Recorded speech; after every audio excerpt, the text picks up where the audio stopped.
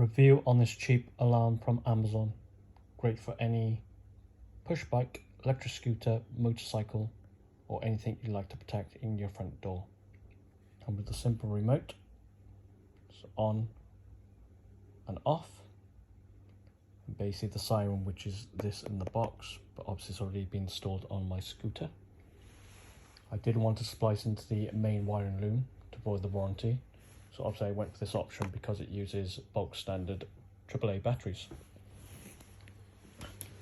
I've fitted it onto my Bernie Anami. Obviously tucked away somewhere secretly so you can't see it. Just a click of the button at the top.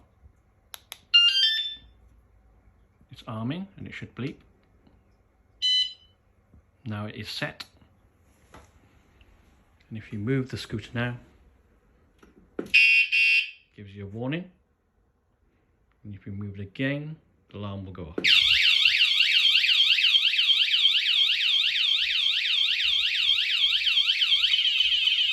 is very loud.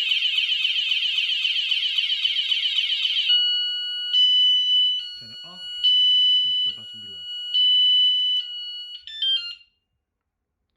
Simple as that. For the money, it's worth the money and worth buying.